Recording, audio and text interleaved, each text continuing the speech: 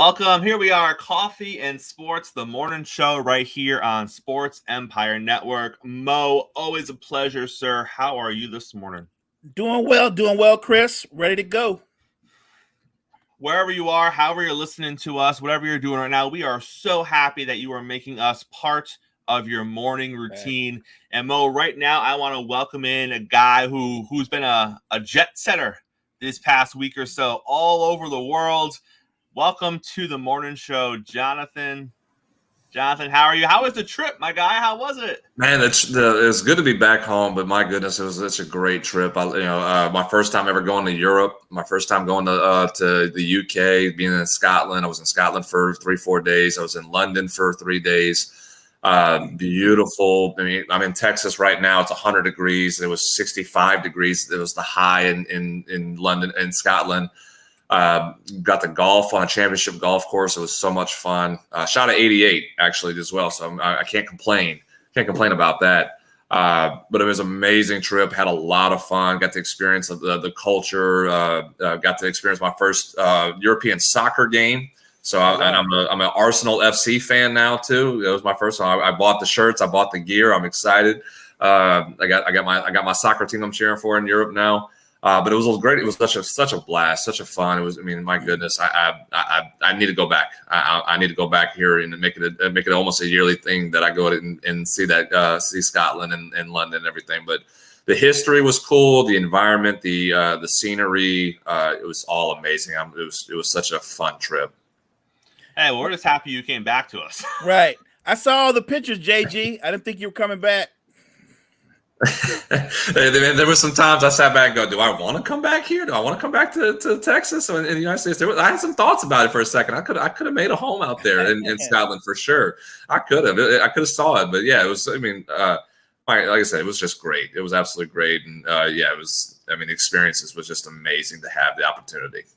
Well, we're happy to have you back here at the network, and gentlemen, big day yesterday in the AFC East. First, the New England Patriots bring in Zeke, and not to be outdone, the New York Jets turn around and say, we'll see you, Zeke, and we're going to bring in a Dalvin Cook. So let's take a second here. Let's kind of look at where the shakeout is with the AFC East now as a result of this. So we have Zeke going to the Patriots. We have Dalvin Cook going to the New York Jets. The Dolphins do not add the running back. They were rumored to be adding Cook for about a year now. There was thought that Cook would want to come home to Miami, to where he grew up, to where he played in high school. That wasn't the case. So what that means for Miami is that they're stable of running backs, including their rookie running back, who looked pretty decent in camp and who looked pretty decent week 1 in the preseason. That's going to be the rotation there. And then you have the Buffalo Bills, and that's where we're going to begin this conversation, Jonathan. Buffalo doesn't add a running back. They don't have a rookie running back that they're necessarily thinking could be the future on their roster right now. They're just kind of doing Buffalo things. They got a couple of okay-looking backs there, and they have Josh Allen, who they're clearly going to run through a brick wall again. Where does Buffalo's running game stack up as we sit this morning? And is it a concern, or are they going to be just fine? I think it'll be just fine because, again, the running game is not the focal point for them. It's the passing game with Josh Allen. And you have James Cook, who they invested a draft pick in last year with. They have Latavius Murray, who he's 4th on the active yards list in the running backs in the NFL currently. I didn't know if anybody – I was actually surprised I saw that. He's been around the league for a long time, but he's done well. But you throw in those two, and then you also have Josh Allen, who's a runner as a quarterback. So they have 3 options that you can still get some production on the ground with, but the focal point is the passing game. You just got to make sure you can be balanced. That's what holds this team back at times, is they're not balanced in their offense to where it's very heavy on the passing, with Josh Allen being the one that runs the ball mostly. So I think if they have to get James Cook going a little bit more, they have to trust him in the process. I think losing Nyheim Hines to the freak jet ski accident that he had, I think that's going to hurt, because there was things that he could do in the passing game, the screen game, that I don't think you can really do right well with. I know you can't really do with Latavius Murray. That's just not his MO. I don't know how much you can do that with James Cook. So there's some concern as far as the depth. But as far as for the offensive self, it's not a necessarily a concern because the run game is a complementary piece to what they do. And the running backs themselves are complementary pieces to Josh Allen, who, like I said, he's the one who runs the ball probably most. He's going to probably run the ball most again for the most part, at times, just because that's what they do with the RPOs. That's how, he scrambles quite a bit. They got to get him to contain that a little bit more and let him trust the runners, that trust the ability to gain yards, a little bit more efficiently. But that's not their offenses on the ground. Obviously, their offense is throwing the ball. So will it be a concern, their depth? I think the depth, yes. I think with just James Cook and Latavius Murray along with Josh Allen, I don't think there's a concern as of right now. I think, obviously they would have liked to have another running back, but I think they're going to be in a good position just because their offense is built on the passing game with Allen and Stephon Diggs and Gabe Davis, Dawson Knox, and letting the running backs running the run game be the complementary piece. And Mo, it came out this morning that the Dolphins never really made a true offer to Cook. They discussed numbers, and there was some mutual interest, but they never put a hard offer on the table for him. And although Buffalo made that comment a couple of weeks ago saying that if you were going to take a big cut, they might be interested, that's the extent of what happened with Buffalo. Buffalo's people never actually met with Dalvin Cook. So the Jets were really the team that was in on him. As far as actual numbers and actual offer on the table, something meaningful. If you look at how Vegas has responded to these two moves, the answer is 0.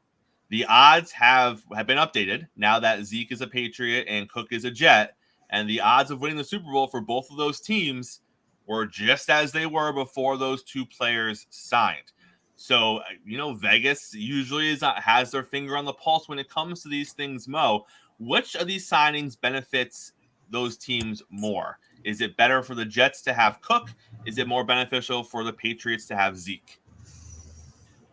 I would say the Jets with Cook because I think there are higher expectations for the Jets. Look, if Ezekiel Elliott is what he was the last time he was on the field for the Cowboys, that's a come up for them. That's steady production. And look, he's no longer a top 10 back.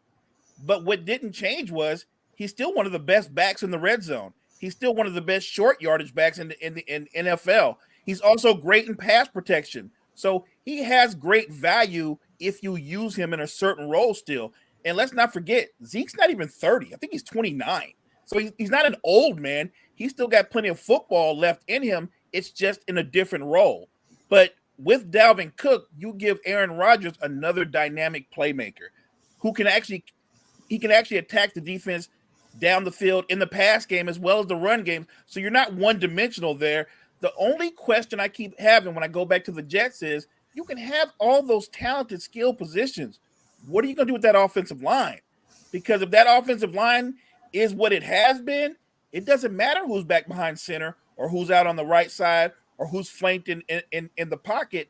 It's going to hurt you if you can't open up holes, if you can't pass protect. So I think that bigger question with the Jets is not their weapons, it's their offensive line. I mean, football is won and lost in the trenches, and they don't have one of the better offensive lines in football, even though they've invested in it in the offseason.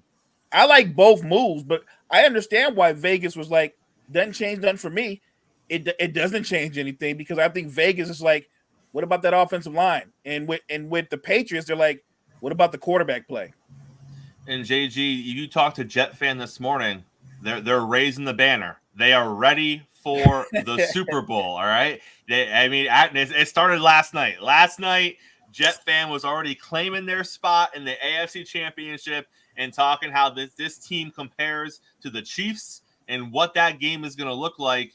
JG, what do you have to say to Jet fan this morning who is already talking AFC Championship and Super Bowl? Put the drinks down.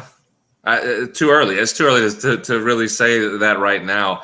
I do think that the Dalvin Cook signing is better than the Ezekiel Elliott signing. I think that's the case because I think you already have a running back in New England that is a bigger back who's younger and actually the most point.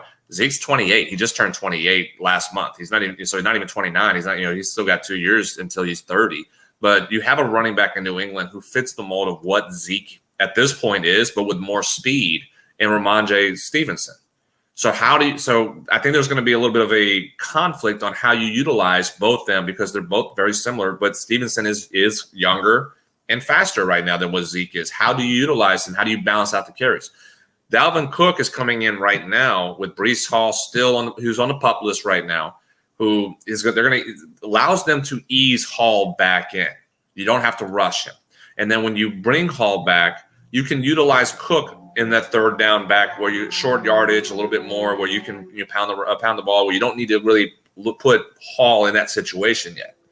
Once he's fully healthy, well, now you have the opportunity to let Hall work, and you can kind of manage Cook a little bit differently in the later part of the game. But Cook allows a little bit more flexibility on their offense with the running backs, and not letting them have to overutilize Breece Hall. And be able to get and maybe utilize Michael Carter the way he probably should be utilized more in the passing game. So you can kind of spread things out a little bit more.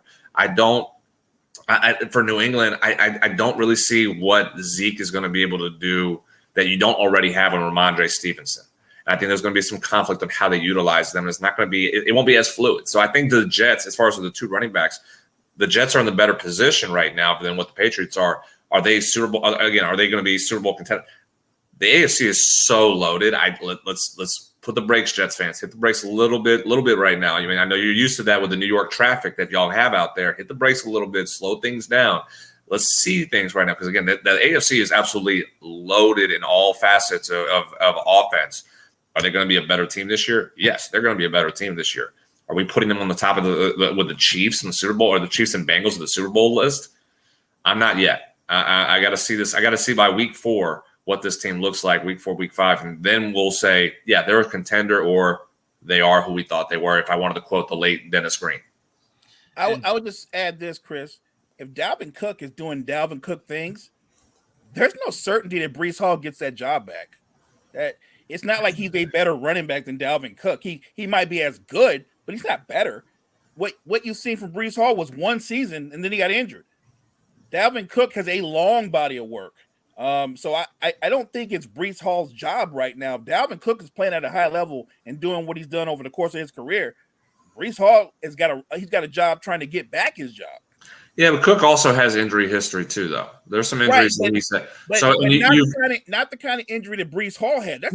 That's a much major. You're a running back. Your wheels are everything. He's coming off an ACL. It usually takes you about a year to come back to be who you really were. So the idea he's going to step right back in and look the way he did prior to the injury right away, I think it's going to take some time. Dalvin Cook, I agree, he's been banged up, but he's never had a major injury like Breece Hall had. Correct, but the investment, again, you know this as well as I do, when the investment is made, they're going to make sure that investment is being paid off. And they invested a first-round pick in Breece Hall. So even if Dalvin Cook does ball out at the beginning part of the year until Breece Hall is back and playing, they're going to get Hall his carries. I think he'll get his carries, but I think the bigger investment was in Aaron Rodgers, and Aaron Rodgers is there to win right now. Yeah, so it might be great that they invested a number 1 pick in Breece Hall, but Aaron Rodgers is going to want the guy that's playing the best in the backfield behind him. He's not going to say, "Well, that guy's the number 1 pick," even though my guy's playing better. If Cook is playing better, he's going to get more carries. Yeah, they'll find a way to balance it, but you in that case, it won't be a 60-40, 65-35 split. It'll be close to 55-45 in that case. Because again, Hall is a talented running back, and they're going to make sure they ease him. If Cook is running well, getting close, 75, 85, close to 100 yards, they're going to let him go. They're gonna run him as much as they can, in that aspect of, and again, looking and saying, Hall's our future. Let's we'll ease Hall back in when he's ready. He's ready, and we'll just continue going into Cook and utilizing Cook the way that we do. But yeah, and if he's moving and he's, like I said, 85 yards a game is what he's averaging, yeah, they're gonna run him. And I know poor choice of words as far as what the market of the running backs is. They'll run Cook into the ground, as much as they can. And then say, all right, Hall, now you're going to come and take over again here later part of the year, or obviously next year being the future of the position for the running back in New York. And that's the key to it. It's a 1-year deal for Cook. So they're going to get every ounce they can get out of Cook. And if he has a Pro Bowl year, if he has an MVP discussion type year, even though, backs don't, it's tough for a back to get that. But if he's running that way, they will. They will ride that train to the very end, knowing that they got Breece Hall. He is going to be their future. He is coming off a big injury. And there's no guarantee that Cook's in town next year because it is just a 1-year deal. So get what you can get out of him. Hopefully it gets you to where you want to go or you need to go. And then next year we can kind of figure the situation out. And if you're Jets fans, where you think you're going is the Super Bowl this morning. So we will see what happens. But gentlemen, yesterday in the world of, I thought nothing could really surprise me anymore in the sports world. That's kind of the world we live in, right? You see things and you're like, 10 years ago that would have surprised me, but not in 2023. It got me yesterday. It got me yesterday when the Blindside turned out to not be anything of truth. And I sat there and I read the story on Michael Orr, and I looked at the filing, that 14-page filing he made in court yesterday. And when you sit down, you start to think about it. I got questions on all sides, and I'd love to get your take on it, because what appears to have happened is Michael Orr, up until February of 2023, Michael Orr was under the impression that the Tui family adopted him, that the paperwork that he signed when he was a young man at the age of 18, he signed it less than 3 months after turning 18 years old. He signed paperwork in court, and he appeared in court, and he thought he was being adopted. But it turns out he was entering into a conservatorship. And the Tuies have commented on this. They came out and commented on this last night, that the father did. And his comment was basically, he was 18. We couldn't adopt him. He knew that. However, as boosters, we needed to get him to Ole Miss, or we wanted to have the opportunity to get him to Ole Miss, and we had to have that relationship, so we enter into the conservatorship. Now, Mr. Tui also went on to point out the fact that, at the time, there wasn't a movie deal on the table. Sure, you could look at it and you could say that, he was going to be in the NFL potentially, and there was going to be an opportunity there. But he also pointed out the fact that he recently sold around that time his fast food chain businesses, and he made $200 million off of that. So he's trying to show that money was not a motivating factor here. And then on the other side of it, you have to look at, because again, I know the initial side for Michael is, oh my God, this is terrible.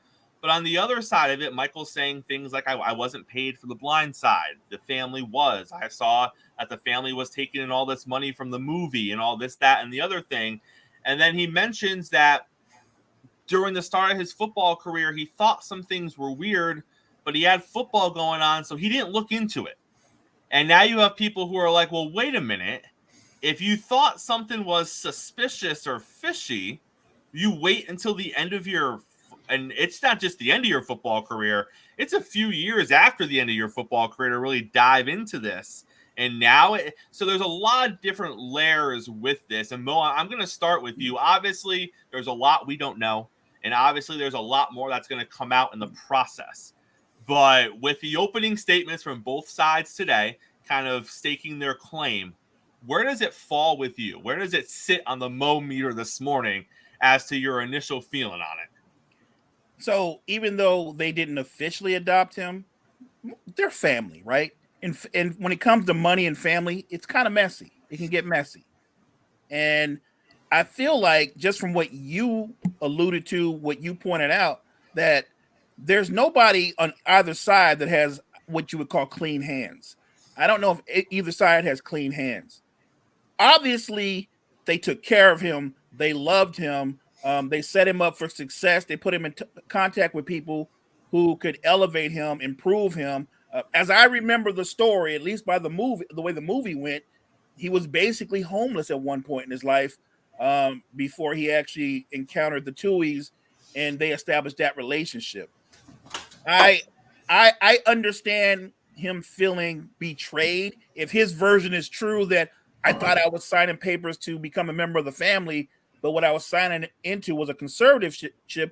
And for anybody in the chat that doesn't know, it basically means that somebody else has control over your money, that you more or less are put on an allowance, if you will. So I can understand that frustration, but that's if I'm assuming he's telling the truth, you pointed out that if you thought something was suspicious, if you thought something didn't feel right, why would you wait years to check on that? So I'm I'm sympathetic to how he feels, but I kind of feel the same way about him as I feel about the Tuohys. I don't know who's in the right or wrong. I really don't. If you want to say that they benefited, because I believe the movie made over $300 million.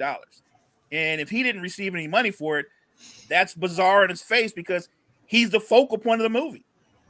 I honestly don't know who's in the right or wrong. What I'm saying is, again, it's about money and it's about family. And you know what? It just goes to show you when it's about money, family kind of gets thrown out the window when it's about money, right? So I don't think either side has clean hands, at least to this point. And they've both written books. So the Tuohys wrote a book before, with the initial story, and they've written a book since. He's written a couple books. In the Tuohys book after the movie, they talk about the financial side of it. They talk about they say there wasn't a lot of money made from the Blindside, but they said that there was some, and that it was distributed equally 5 ways, alluding to Michael getting a cut of that.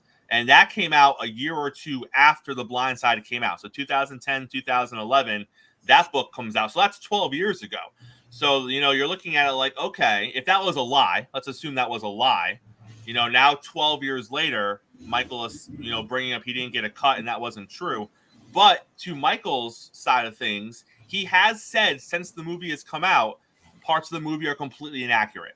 He talks about how the movie portrayed him as someone who was dumb.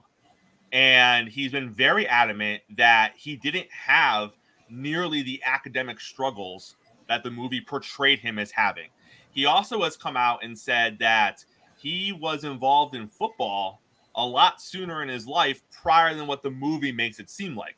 The movie made it seem like the Tuohys, were the driving force of football. And if not for the Tuohys, his football life wouldn't have existed. Right. And Michael has been very adamant that I was an All-American before I met the Tuohys. Now, at the same time, he'll say things like they opened doors for me. They helped me get places. But he has, since the movie has come out, made it clear that the football was on the table before the Tuohys were on the table, while also paying respect to the family at the time. JG, where does this fall with you?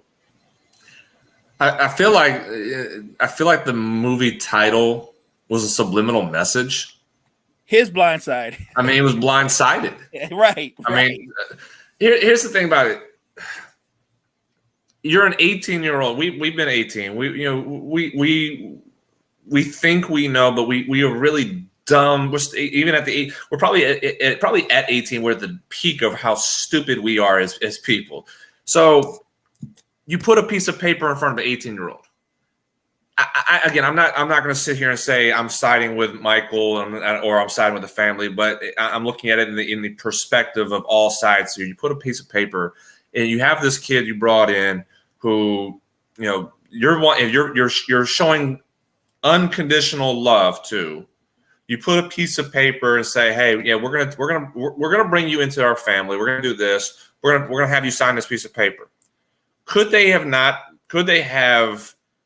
put a paper that puts him in a conservatorship? Because if he was 18, he's correct. You're not adopting an 18-year-old. He's an adult. If he was 18 at the time they had that piece of papers in front of him, it's not an adoption then.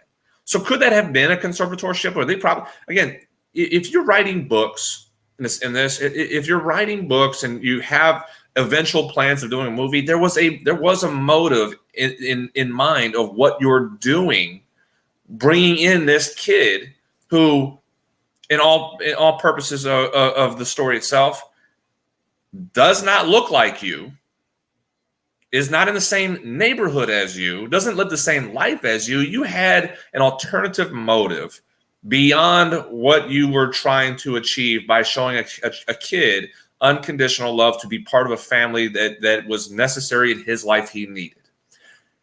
Could I see that they put a conservatorship in front of him and said, "Hey, we're going to adopt you. We're going to take care of you. We're going to do this. We're going to do that. But to make it legal, we're going to have you sign this piece of paper." Could they have not given him all the information to make him sign it?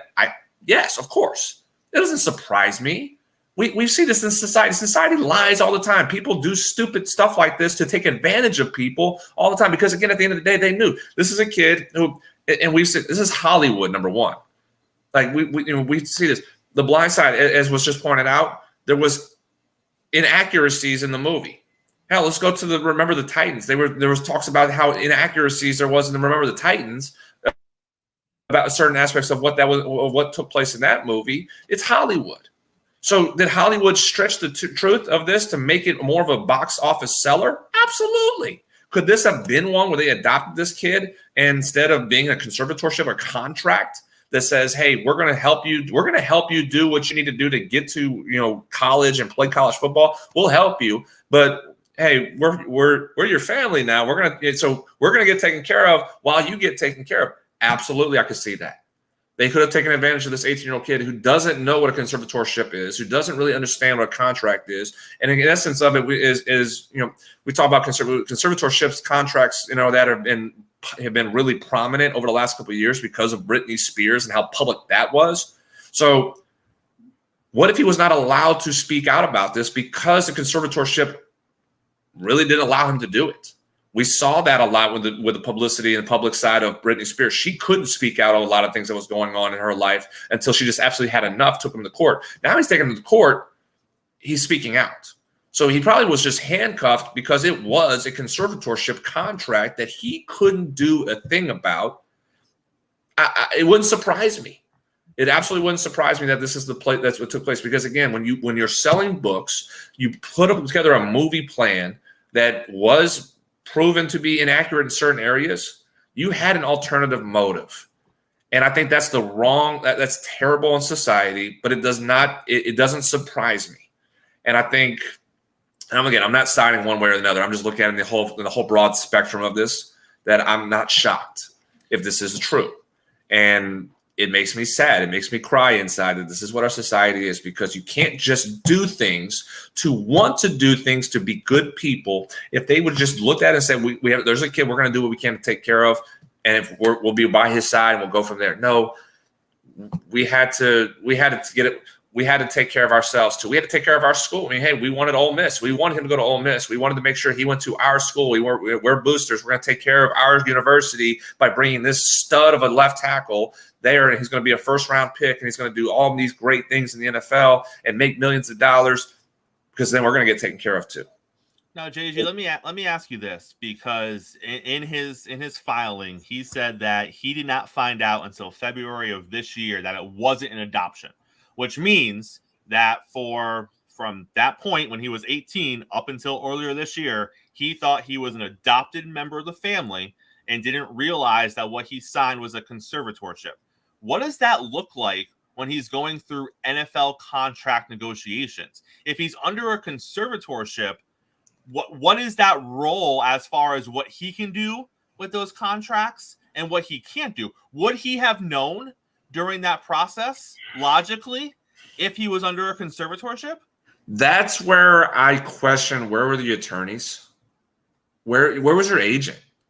Because that had to be known. That has to be known that you're not just paying, because if there is a conservatorship, which again, a conservatorship is a contract, and if they're saying that they're going to be the ones who are handling your finances, where is your agent saying, hey, did you know you're not in control of your finances? Did you know that? Exactly. So that's where I was saying I'm not siding one way or another, because there's so many question marks I have. There's so many questions I have on both sides. And for Michael and for the agent that he had, where was he in saying, like, he's got to know that every agency has a financial, like you're surrounding yourself with financial people, and you're tying your athletes into a financial planner. Like, they have that in their offices. So you're and to basically help you. Now, again, it's additional cost, with the agency to have that, but they have that where they're basically saying, we can help you manage your money. Oh, by the way, you realize you're not even managing your money. So, right. So didn't that mean like you're being paid by the Tuohys, right? Yes. Yes. You know what I mean? And how come he didn't relay that information to Michael? That Michael, you don't actually pay me. The Tuohys pay. Now, this will be my next question. This will be then the next question. the agent that Michael had, who found him? Was it the Tuohys? Right. Because if there was a Tuohys that found him, the agent, and said, "Hey, this is what we're going to do, and we're going to get you under a contract where you can't speak about this to him," then okay, that makes a little bit more sense. But my goodness, if that's the case, and again, it doesn't surprise me because what we've heard about conservatorships for so long now, that if that is what they did to go get him an agent, make sure that they continue to follow the conservatorship, but don't tell Michael that this is what we have going on. Oh my God. Then at the same time, I question the ethics of the agent, but at the same time, what agents, I have a first round pick left tackle. I'm not going to pass up the opportunity to make sure I'm getting my money. Right. But there's so many questions to be asked about this that I hope we get the answers. I hope, as they're handling this in court, but there's just so much that needs to be asked and there's so much that needs to be answered about this. And I feel like Chris, when you mentioned the books, look, if they're as diabolical as they kind of sound, aren't the books kind of a way of protecting yourself? You write the book and you go, well, I said it in my book that, you know what I mean? Like that, it's almost like covering your own, by writing the book. It's almost like a testimony, if you will. So I'm with JG. I don't side one way or another. Michael, it looks like Michael's the victim, but if he is the victim, a lot of people were in on victimizing this guy. Not just the Tuohys, but a lot of people were getting a slice of Michael Orr more than Michael Orr. Yeah, 100%. And guys, we're going to move from one sticky situation to an even stickier situation with the star shortstop from the Tampa Bay Rays. We touched on this briefly yesterday, just from the news aspect. The news aspect is during the Rays game over this weekend, news broke, stuff started circulating on the internet about an alleged inappropriate relationship that Wander Franco may or may not have had with a 14-year-old teenager. He was removed or left, or we're still a little fuzzy on that, but he was in the dugout when the game started. The team is saying it was a scheduled day off for Franco, and then he left the dugout sometime around the 5th inning, and that was the last we saw of him. Now, according to some reports online, in order for, and JG, I want your take on this, in order for a player to just up and just disappear from the dugout for a non-medical reason, that needs to be approved by Major League Baseball or the team. The team has to give their approval for him to leave. He just can't, on his own volition, decide, hey, things are getting weird in my personal life. I'm just going to leave the game, even though I'm not currently in that day. Let's start there. Is there truth to that? How does that process work? So the restricted list is what Wander Franco was put on. The restricted list is essentially the team removing the player from the roster to handle certain situations that are occurring off the field. You cannot put a player on a restricted list for on-field things or anything like that. That's a whole different matter that the players' union handled in their collective bargaining agreement. The restricted list, though, for legal matters is basically what it's for. So it protects the team. They don't have to, when the player's on the restricted list, they do not have to pay the player per the contract. It basically puts the contract at a pause while he's on the restricted list. And for legal matters in certain situations that are a long-term investigation, it protects the team in the process of doing so. Because again, MLB contracts are guaranteed. So if a player is missing time of an injury, they're still getting paid. If a player is, on bereavement list or whatnot, they're still getting paid. The restricted list for a legal situation is the one way a team can protect itself to handle a long-term investigation that's going on. So they put them on the restricted list to be able to, again, help the team in the process up. In this situation for Wander Franco, and I read it, I talked to some people about it last night. This is a very, very delicate situation. Again, speaking of kind of the same thing I said about the last subject, I'm not going to side one way or another with allegations until I know for a fact that it's true, but this is a very, very bad look for a very young and exciting superstar that for a team that doesn't pay its players in Tampa Bay, they don't have the money to really pay the players. They paid him. They gave him a long-term extension as a rookie last year to basically say, Wander, you are our franchise player. They made a commitment they have not done to a player since Evan Longoria, which was about a decade ago. And they finally, they said, we have the guy. We're going to build one.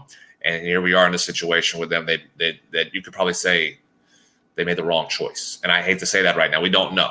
But for the situation that they're in, putting him on the restricted list is a pause in the contract that they don't have to pay him right now until they get a little bit more clarity and answers on what's happening with the investigation by Major League Baseball and the investigation in the criminal side of what's taking place, because that's going on now. It was announced that the Dominican Republic has now launched a criminal investigation against Wander Franco. So this is not a short-term stay of, for Wander Franco on the restricted list. This is going to be a long-term thing where probably his season's done. And that's, again, for baseball, not a good thing, because he's a young superstar. This is the era of young superstars that we have, guys who are 25, 26 years old and younger. And there's a lot of them right now. Wander Franco is one. This is a very bad look for Major League Baseball to have to deal with this, and a very bad look for the Tampa Bay Rays to have to be involved in this, and specifically for Wander Franco putting himself in this situation to being investigated for the allegations he's in. It's not a good look right now. I'm saving myself, saving judgment at the moment until I get a little bit more information on what takes place with the investigation. But this is going to be it was a dark day yesterday. It's going to continue being a dark day in Major League Baseball until we get answers and clarity in the situation. And this comes on the heel of the Tatis thing last year. Again, another young up-and-coming superstar, long suspension, obviously not nowhere near the same par as far as what he did. And his was more in line with what you expect from baseball. This, totally different. Let's say it goes the wrong way.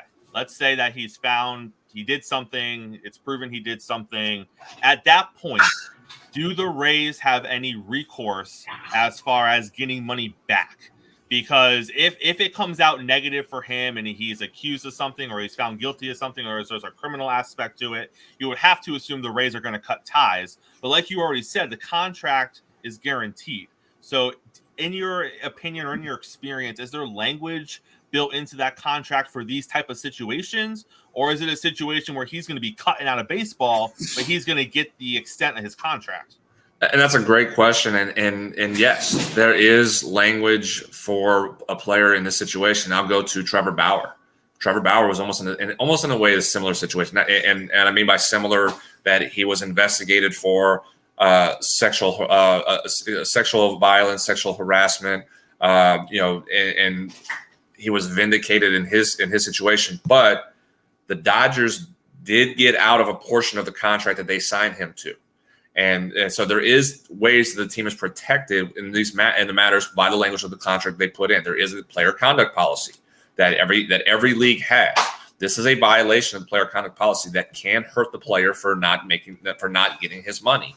In the essence of the long-term side of this, the Rays are in a potential way of being protected to not have to pay him through the duration of his contract, especially if he's not going to play. Because that can be the long-term effect of this situation, that Wander's career could be done. We see Trevor Bauer. Trevor Bauer was vindicated. He was vindicated of the allegations, and he's playing in Japan right now. He's not back. He's not coming back to MLB. Teams don't want him. Different. I'll say in a way different. Bauer has become a headache. Who's to say now? Because if Wander Franco has had moments, he was benched for a period because of personality frustrations, the teammates did not like. Is he becoming a headache? Maybe. And that's why in a way I fault the Rays. I don't have sympathy for the Rays at this point, because you do your due diligence on these kids. And I'm going to speak as far as like when you on kids that are 22, 23, 24 years old, that you went ahead and made the investment. There's a reason why that practice in Major League Baseball is not being made by everybody, where you have your rookie, sign them to a long-term deal immediately. The Atlanta Braves have started that process, but the difference with what the Braves did, doing it with Ozzie Albies, Ronald Acuna, Michael Harris, Spencer Strider, is that the Braves have a system where they dive deep into the personality, the history, and the person itself that they make the commitment long-term to at that young age. Ozzie Albies, when they signed him in his rookie year to the long-term, to the 8-year contract, Ozzie Albies was a kid who was mature beyond his age. He grew up not having the best situation, but he was mature. As a 16, 17-year-old, the Braves knew that, and they said we're comfortable doing this. Ronald Acuna, a family man at 25 years old, absolutely has on-field maturity issues as far as how he handles stuff when during the game, but off the field, there is not a lick of issues that he has had, and they've done his due diligence. The Tampa Bay Rays should have done more, and I think you could have found out a little bit more about this player, about this kid, if you dug deep a little bit more in this. Same thing with Spencer Strider with the Braves. Same thing with Michael Harris. They do their teams. Every team does it, and I feel like the Tampa Bay Rays jumped the gun a little bit to make sure that they have their superstar. So I don't have sympathy for the Rays in the process that what they did, but I feel like for Wander, and to go back to the point, that they're gonna be very protected if this goes down the rabbit hole that I think it's going to, because this is going to be a question mark. And I know there's more serious things that need to be figured out with the allegation itself, but this could be a career ender for Wander Franco at 23 years old, 22, 23 years old, and the Major League Baseball will end up losing one of the brightest superstars in its game because of a very, very poor decision-making, very poor just personality in this situation. I'm trying to figure out other adjectives to use, just how disgusted I am for putting himself in a situation, even if it's not true. Let's just say, we'll go to the other side of the spectrum. Even if it's not true, why did you put yourself in this position? Why did you even have remotely the perception that you put yourself in this situation? Same thing with Trevor Bauer. You put yourself in a position to have this happen. Again, I'm not faulting you when you're vindicated, but you allowed a situation to occur. Wander, you allowed yourself to be in a situation, and the pictures don't look good. The social media posts don't look good. You put yourself in a position, even if it's not true. Now, I think regardless if it's true or not, I think his career is going to be done, because teams are it's a headache. You don't want to deal with it. And I think at this age, at this point, I don't see him playing Major League Baseball, even if he's vindicated. Now let's take a look at the other side. Let's say he does somehow come out of this. All right, whether she recants or there just wasn't enough evidence. Let's say there's no criminal charges. He's reinstated to Major League Baseball. Well, let's say the Rays cut ties just because they want to wash their hands of it. And let's say there is another team. There is some other team out there that wants to roll the dice because he's 22, 23 years old. That aside, if he finds himself in another MLB locker room, whether it be with the Rays or another team, and he did come out of the other side without any charges or anything like that, how do you think a locker room responds to that? Is that something where a locker room in the back of their minds, they're like, I'm not associating with that. I'm not getting involved with that. We're all here to do a job. We're professionals. Or is that a situation where a locker room kind of comes together and is like, we don't want this in our locker room, even though, we don't, what they said this wasn't as bad as we thought it was. It's like you said, there's pictures. It doesn't look good. So if he does come out the other side and he is vindicated, like you said, he still put himself in a spot to be in this situation. What does that locker room environment look like with these sensitive topics? I'll give my perspective. Let's say if I was in that locker room, being a player myself, I couldn't trust them.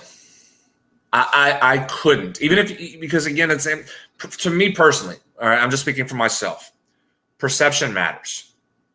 It matters most to me, and even if it's you came out unscathed in this and it was false allegations, as I said, I have questions. Why were you in that position? What were you doing? And now if you're putting yourself in that position, even if it's not true, can I trust that that's not who you are? Because again, we've already talked, they have questions about his maturity on the ball field. My experience with it is if you have questions about your maturity on the ball field, there are definitely questions of your maturity off the field.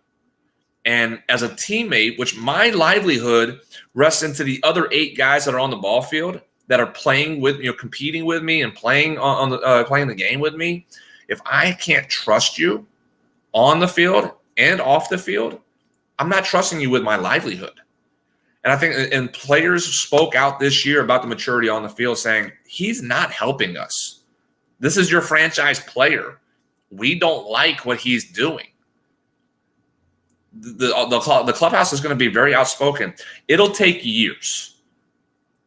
So let's just say fast forward 1 year from now, and this comes out that it's now false. Rays released them because they wanted to wash it. Yeah, they washed their hands from them. They released them. A team's not going to jump on board immediately.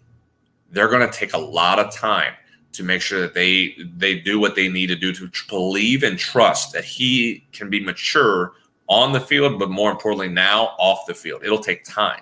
May take where he has to go back to the minor leagues and really work his way back through the system to get to the point of where he's at. Because again, no team's going to offer him the money that he was making with the Rays. Now it's going to be very low amount of money.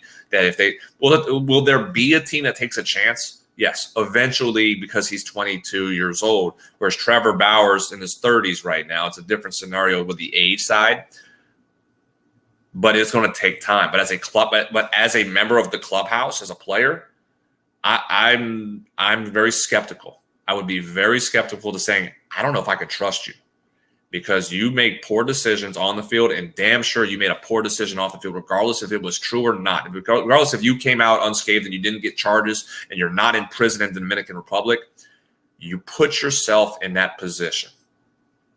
I can't trust that. So it's going to take a lot of time and a lot of work for Wander Franco to really earn not just all of Major League Baseball trust again.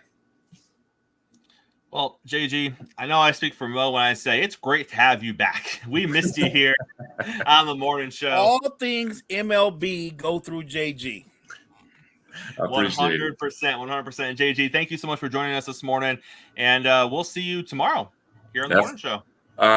Tomorrow, Thursday. No, Thursday. Yeah.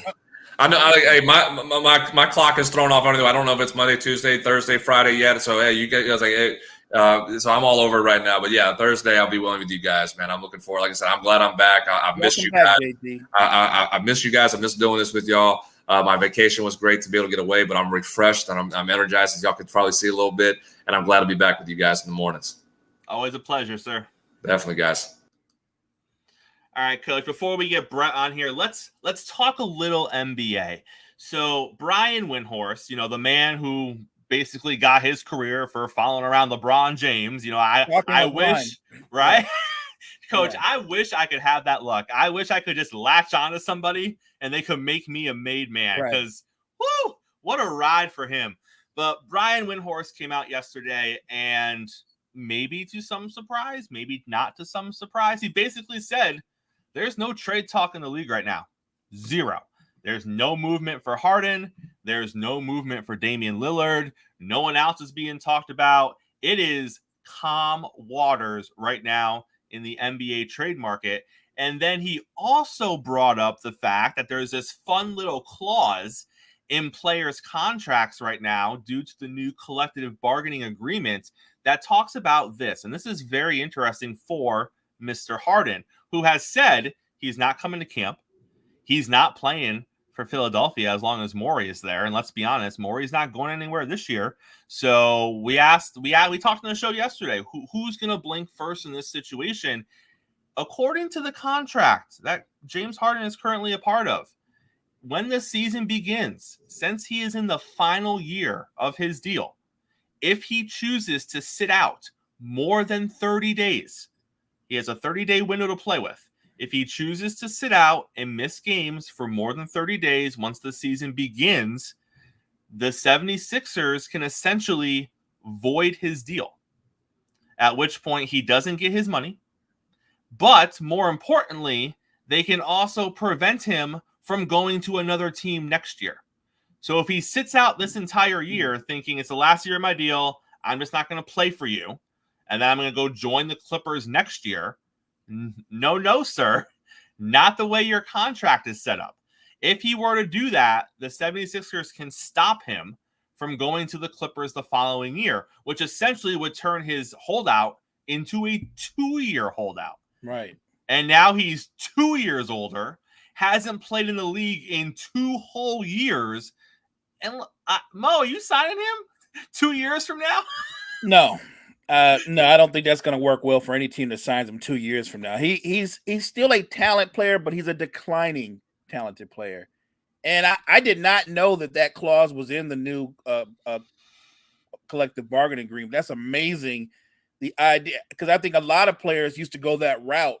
And now that that's been eliminated, the idea that you can go, I'll just ride out this last year and I'll just sit on the bench, kind of the way John Wall, I think Houston put him on the bench to ride out that contract. But now you're saying if he sits out, he can't go to the next team. He's essentially still going to be property of the Sixers, right? They can prevent him from going anywhere else.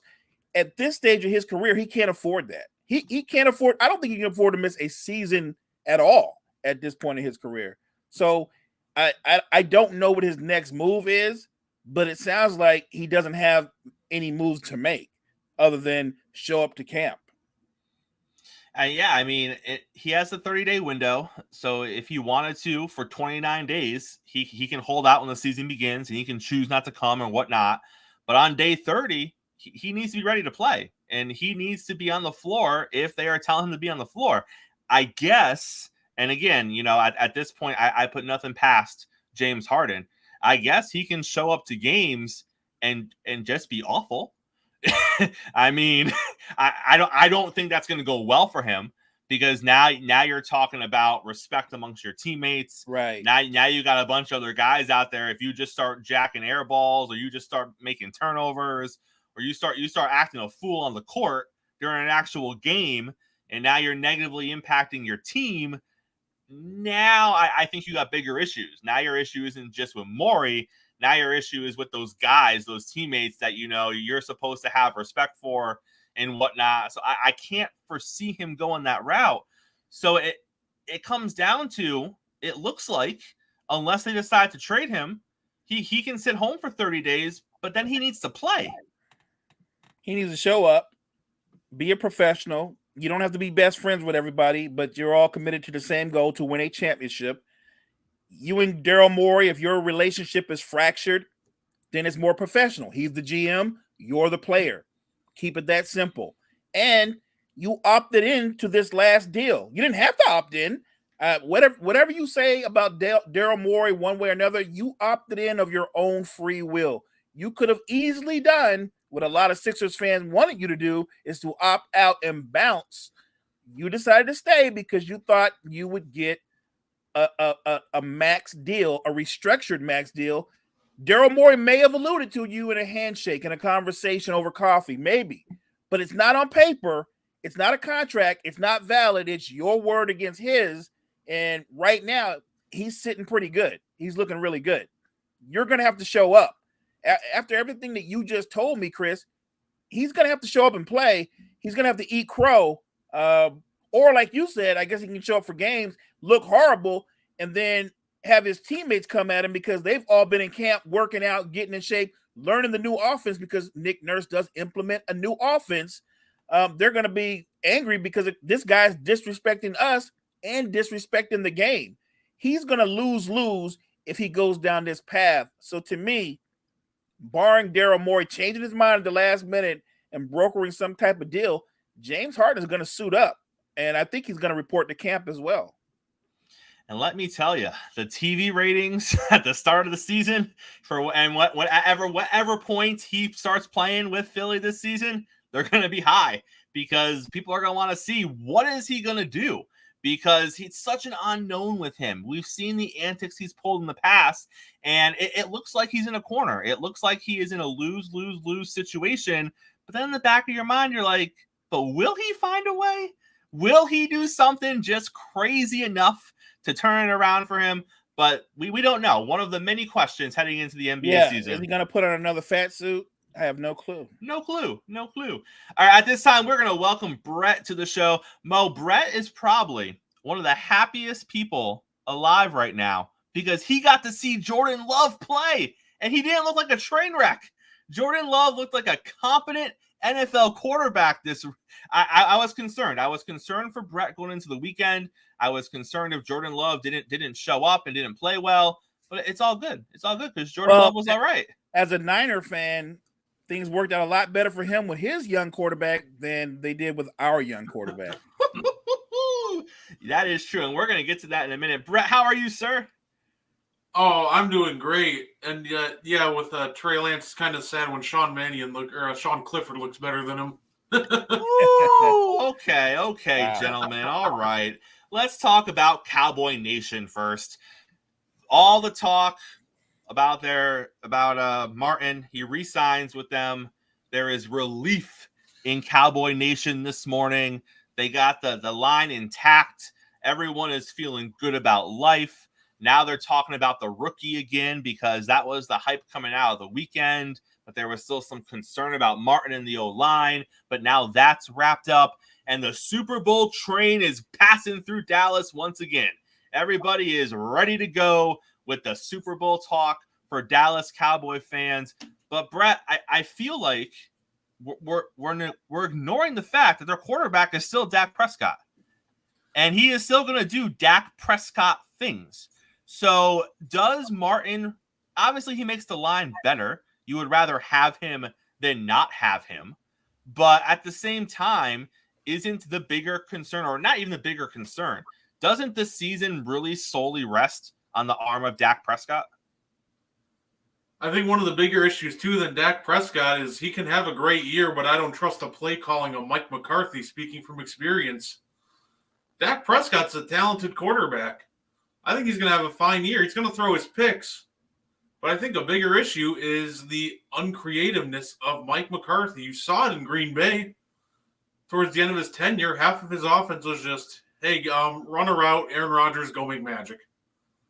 And it's not like they looked much better in Dallas, and that team is very undisciplined. Well, let me defend Mike McCarthy here a little bit, Mo. Two things. I got two things for you, all right? Number one, Mike McCarthy said that they could have ran that quarterback sneak in 12 seconds. So the fact that it took 14 seconds is an abomination. They ran it in practice. He clocked it at 11 and 12 seconds. So it's ridiculous that they ran the clock out on that play. Execution.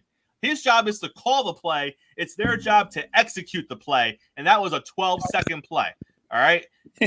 Number two, Mike McCarthy has said he wants Dak Prescott to be more of a playmaker. I just don't know if that's in his fabric. I don't know if he has that playmaker mentality like an Aaron Rodgers, the younger version of Aaron Rodgers, like a Mahomes, like someone who is a little more athletically gifted, like a Josh Allen or a Lamar Jackson, who can make those off-schedule plays because of their natural God-given ability. I don't know if that's Dak. Is that Dak? No, it's not. And he's going to sit there, and this year, if he wants him to do that, he starts dusting out that Aaron Rodgers playbook, book Dak for double-digit picks. That's going to be easy money. Because you're going to expect him to do these insane, like Aaron Rodgers was really good at making off-schedule throws, throw off the runs, throw from any angle. It's not going to be Dak. You're just going to put him under more duress, and it's just going to lead to more poor decisions. So I think the Cowboys will have a great regular season, but they get bounced in the first round, and it's all going to come down to Dak. But I think a bigger issue is going to be Mike McCarthy's going to expect way too much and just put way too much on him, and he's going to crumble. Now, Mo, we can sit here and we can have this conversation and we can look at Dak's numbers and we can say, man, the best version of Dak were the 2 years that Zeke led the league in rushing. The 2 years that Zeke really helped carry the load of that offense. That was when Dak Prescott shined. Then you look at the rest of the seasons where the running game wasn't as dominant, or there were injuries on the O-line, or there were injuries in the secondary on defense, and more was put onto Dak. And he didn't shine. He wasn't as good. And in some cases, he was bad. If we can talk about this, how is it that an NFL organization, a billion-dollar organization with all these smart minds, is looking at this situation saying, yeah, let's put more on Dak's plate. Let's make Dak into... How are they doing that, Mo? Because they actually don't know their own player. They don't know what they have. Chris, you pointed it out yesterday. Dak's at his best when he's a complement to a strong run game. He's a very good quarterback, but he's a very good quarterback when he's working off play action. And to what Brett said, he has a level of athleticism, but it's not elite. It's not like Josh Allen. It's not like Patrick Mahomes, Lamar Jackson. It's not even like Russell Wilson's. I would say that Dak is actually a pocket passer who has a little bit of mobility. I don't think he's great at doing the off-time plays. I think he's actually at best when they have a certain play called and he can execute it within the scheme of the offense. Dak Prescott can make plays, but as a complement to the run game. And I don't understand how the Cowboys look at him and they want him to be Joe Burrow. They want him to be Josh Allen. They want him to be Patrick Mahomes. They assume because of how we've paid you, you're right there at the level of those guys. And I look, this is no. I'm not taking a shot at Dak. He's a very good football player, but he's not on the level, and he doesn't have the skill set of any of those guys. You have to know your personnel, and as an offensive coordinator, you have to set them up for success by emphasizing their strengths and hiding or diminishing their weaknesses. And if they put everything on Dak Prescott the way Buffalo does with Josh Allen, Dallas won't even make the playoffs. And let's jump over to the Bay. I hate to say this because he's not. He's not a flamboyant personality. He's not usually a guy for these super great sound bites. But Kyle Shanahan has been a little out of pocket lately in San Francisco, but he does it so subtle. He just slips these little things into conversations, and you walk away like, what did that man just say? It was a week and a half ago where he said, hey, you know, we were talking to Phillip Rivers all year after Jimmy G got hurt. And on the surface, you're like, okay, talk to Phillip Rivers, right? You know, you didn't know where things were going. You put in Mr. Irrelevant. They beat Miami, great. But who knows where we were going to go after that? It would make sense you would reach out to Phillip Rivers. But that wasn't where he stopped.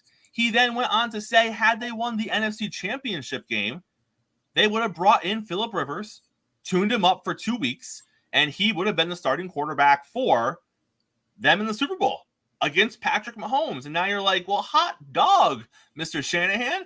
You really thought you were going to goose up Phillip Rivers in 2 weeks and put him on the biggest stage of all time and have him perform? Okay. And then you move to this week.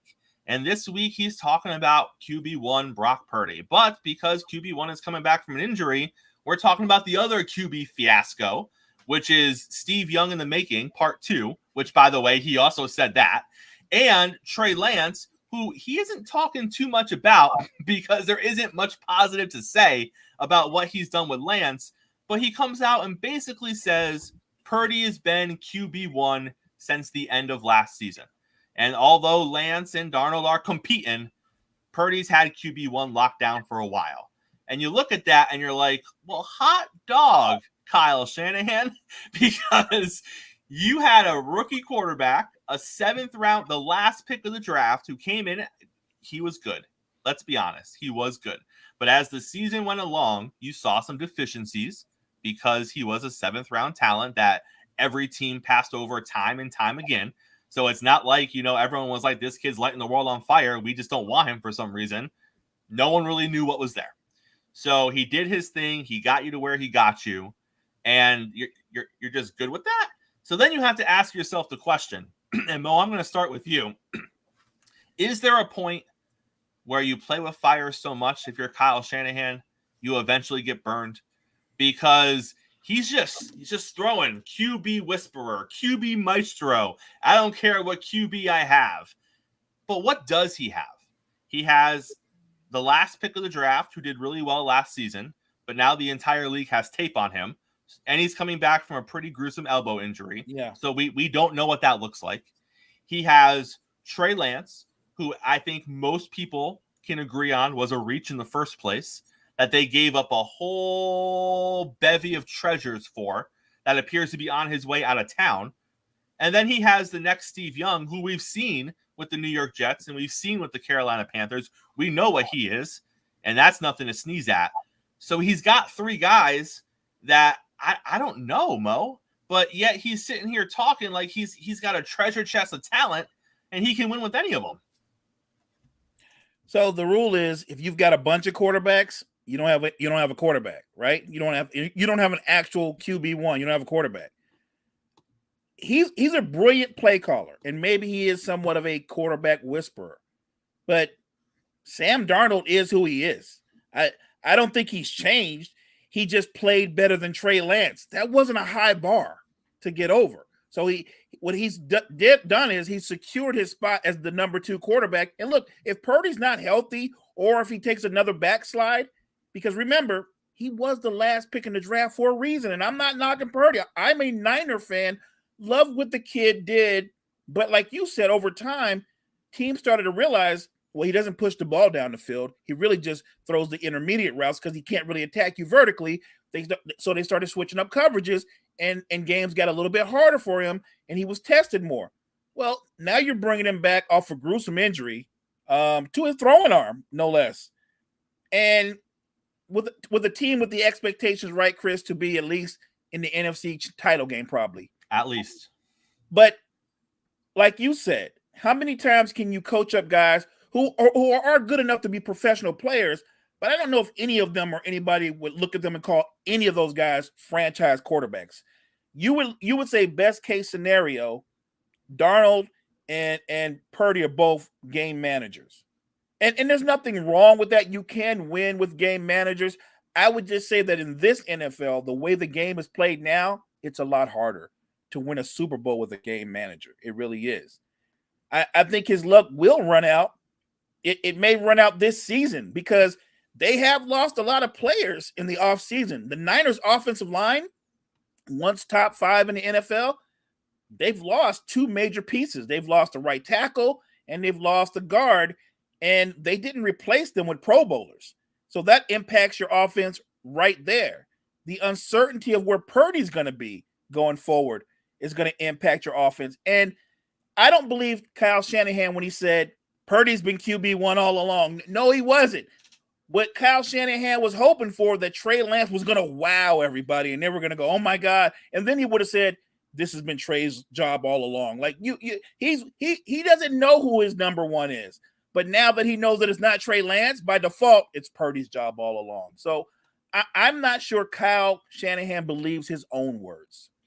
And it's pretty wild because you could almost argue that we're at this point with Shanahan because he got lucky. If Purdy comes in against Miami and gets shelled, and then he starts the next week and gets shelled, that's probably it for him. Right. They're probably bringing someone else in at that point, and the Purdy experiment is over. And now you're back to Lance is the starting quarterback for this team. Right. They invested all this stuff into Trey Lance.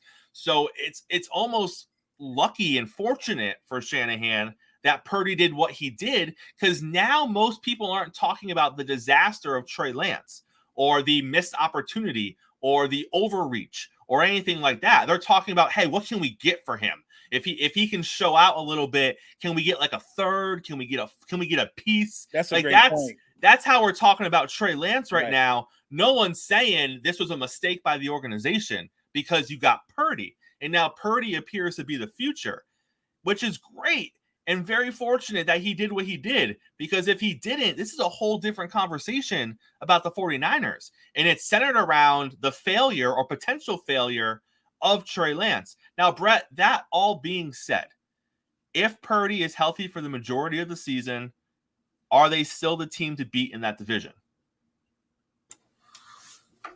Ooh, see this. So this one's pretty tough, honestly. Like, I want to give them the benefit of the doubt because they always seem to be in it, no matter who the quarterback is. But at the same time, I want to say no, because we do have offensive line change. You do have Brock Purdy, who had trouble pushing the ball down the field, coming off an injury to his throwing elbow. And I like Kyle Shanahan. I think he's a great offensive mind, but I also think at this point he's delusional a little bit. There's a fine line between confidence and being delusional. I think he's at that point. Like, let me ask you something. If you have the second coming of Steve Young on your roster, you're not starting him? Right. Brock Purdy like the second coming of Joe Montana? Right. QB1. Right. Steve Young's not QB1? Right. Apparently Brock Purdy would start over Steve Young. He must be. You're right. You know what, Brett? You're right. Brock Purdy must be Joe Cool. I didn't know that. I didn't know that. Now I'm totally relaxed. Be hyped. It's great things are coming in San Fran this season. Let's be honest about this, though. In all seriousness, with Purdy, we got a sample size, a one-season taste of what he did. Chris, your great point about everybody's got film on him now. Even if he's 100% healthy, he's not going to be an unknown commodity. And I hope the best for him, but I can't guarantee you he's going to be able to replicate the success he had last year. And the thing is, some of the brightest minds in football are on the defensive side of the ball. Look at Miami last year with Tua.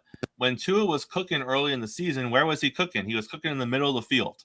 He was just, the scheme was phenomenal by Mike McDaniel. Guys were coming out open in the middle. That's where he was living. Towards the end of the season, teams took that away from Tua. They started saying, we're not going to give you the middle of the field. We're going to make you throw the out route. We're going to make you throw to the sidelines. And for a game or two, he didn't look great because he had to adjust because they adjusted to him. And, talent will overcome those things. And I'm not saying Brock Purdy can't make some of those throws, but it's one of those things where he's going to have to prove it now. Right. And if you're going into the season saying, 9-0, only loss was in the NFC Championship game, never lost in the regular season. Like, I get it. Those are numbers. Those are valid numbers.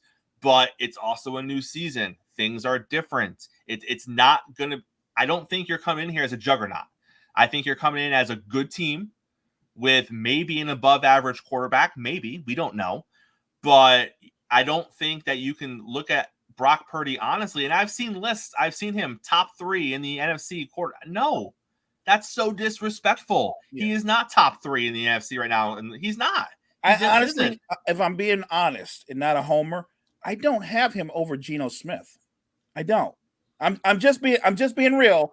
I don't have him over Geno Smith, and I think what the Niners are going to be is a team that's going to still try to rely on the run game, and they're going to be championed by the defense. So if they can put up 17 points or 20 points a game, that'll be great. That'll be great for them, so long as they can still do what they do defensively. And I have a fun question for you, Mo, because I think a big thing about what people forget about Brock Purdy, too, is, yes, he looked really good. Brock Purdy also has, one of maybe the most talented group of playmakers in the NFL. You're throwing to Christian McCaffrey, Deebo Samuel, Brandon Ayuk, George Kittle. So,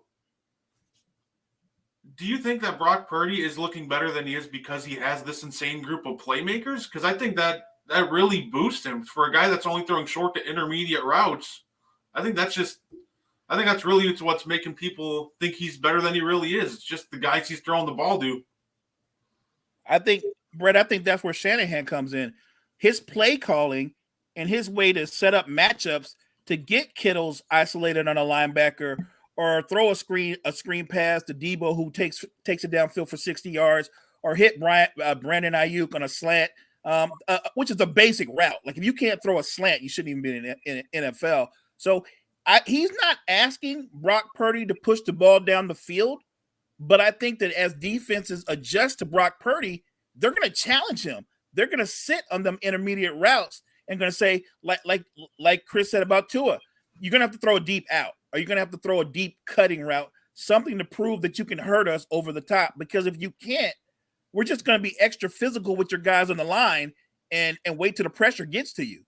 And I worry that because everybody has film on him, and like you threw out, he's more of a product of a combination of those talented receivers and tight ends and Shanahan's play calling, but they also had a very stout offensive line, and it's not so stout now. And now that means that he's going to have less time to decipher a coverage or a safety walking up. So I'm not saying to Niners fans we're in trouble, but I'm saying that it's going to be a much more challenging season. And it's going to be very similar to what Tua dealt with last year. Coming in, the talk was very much the same with Tua. You got all these weapons around you. You have all these pieces. His early success, a lot of the talk was, well, of course, he's doing all right. He's got Hill. He's got Waddle. He's got all these backs behind him in the backfield. That's why he's doing what he's doing. And like Mo said, teams started to pressure him a little bit. They started to dare him to take a shot. And if you look at his numbers on deep balls at the end of this last season, he was top 3. He was top 3 with airtime in his deep ball, and he was top 3 in deep ball accuracy. Now, granted, it's not the first or second part of his game, but Tua had to prove that he could get the ball there and he could make plays with the deep ball. And he did. And as a result, defenses adjusted a little bit to that because, let's be honest, they got the speed to kill in Miami. So once he shows you he can hit the deep ball, you're not going to keep daring him to hit it because that's just going to burn you time and time again. But Purdy hasn't shown that yet, and he hasn't had to. Right. But like Mo said, he's going to have to this season, and he's going to have to push the ball down the field. And if he shows he can't, now we got a different situation on our hands, and so much of it is going to start to be scheme and what those playmakers do once they have the ball in their hands. Hey, I'm good. I'm good, Chris, because if he didn't play well, Steve Young comes in. So that's right. That's right. I'll take Steve Young. Gentlemen, we're going to close out the show today talking a little bit of NBA basketball. So the NBA.com came out with a list. 4 teams. Let me give you the actual title of the list. I don't want to disrespect anyone. Sean Powell, who wrote this article. Sean Powell's article was 4 teams that missed the playoffs but could return in 2024.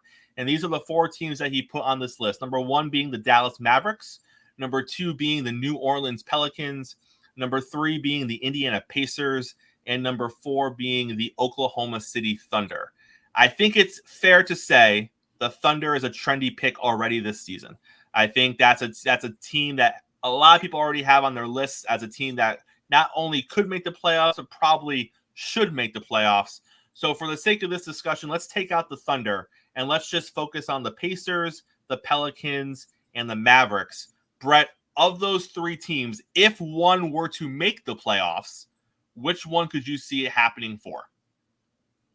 I think the easy and obvious one would be probably would be Dallas. I like the moves they made with adding Grant Hill, Rashawn Holmes. So I think they made the right moves, adding some more defense around Luka and Kyrie. The issues I'm seeing with the Pelicans is you have a Zion-sized hole at power forward. You don't really have a replacement like their backup Najee Marshall. Like, he can give you serviceable minutes, but he's not going to give you the impact of a starting caliber power forward. And the Pacers, I think you're just asking for so much to go right with Indiana. You need a Walker to come in and be ready to go right off the bat after just drafting him. Obi Toppin all of a sudden has to be ready to go, even though he hasn't really looked the part in New York. Now you need Benedict Mathurin to take a big jump. Like, to me, when you're looking at Indiana, they could, but now you're asking for just so many things to click just perfectly. And I just don't like the Pelicans because I just don't like their forward depth because until Zion shows up to play finally. Mo, you only get one of the 3. Which one, if it had to be one, which one is it going to be? That's gonna make the playoffs or not make it? That could make the playoffs out of those 3. Oh, I think it's going to be the Pelicans. It's going to be the Pelicans. Look, the Zion size hole is if he's healthy, they're going to make the playoffs. It's literally that simple. They're going to make the playoffs. They almost made the playoffs without him.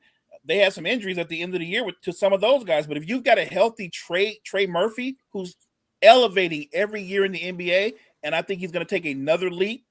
Don't forget you've got B.I.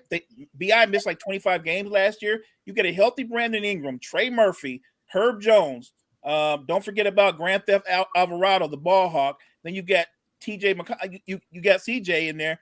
They've got all the talent in the world. And then we throw in Zion. Don't forget Valanciunas, who's a big, who can get you a low double-double. They have all the talent in the world. What they haven't had is the luck. So I'll say this. If they get 60 games from Zion Williamson, they're going to be in the playoffs. There's no question about that. I'll even say this. If he plays 60 games, they'll have a better record than OKC. All right. Hey, you heard it here first, Mo. Appreciate you. All right, gentlemen, what a great morning it has been. Thank you so much for being here. All of you who are watching right now, hit the like button. Follow us. Head over to the website. Head over to our Facebook page. Be a part of everything that we're doing here at Sports Empire Network. We have so many amazing shows daily. We have so many amazing conversations that we're starting on our social media pages. Come hang out with us. There's always somebody around that wants to talk sports with you. So once again, thank you for joining us this morning. I am Chris. We'll send it out. Mo, 10 seconds. Tell us something. Hey, like Chris said, smash that like button. Hit up the Empire social media. Interact with us. We're always talking sports all day throughout the day, and there are a lot of great shows coming your way. So just join us every morning on Coffee Sports in the Morning. Chris, me, there'll be JG, Brett. You got to guard for that 3. We got a lot of great content coming out from a lot of great people. Sports Empire Network. Check us out. All right, Brett, close us out. Floor is yours. All right, yeah, no, definitely check us out on the morning show. Check us out on all of our different shows, but also check out our articles that are going to be rolling out soon. We'll be putting out a lot of new articles. Key just put out a great article on the WNBA, so we're rolling out new content every day, and make sure to like, subscribe, and check us all out. Hey, I have never felt more insignificant than when I read Key's article on the WNBA. I knew nothing. I thought I knew enough about the WNBA. Then she educated me so much in that piece about the WNBA. If you have not read that yet, head over to sportsempirenetwork.com. It's on the main page right now. It's a really, really great piece. Shout out to Key. Shout out to Key. All right, gentlemen. As always, absolute pleasure. I will see you guys next time I see you. Peace.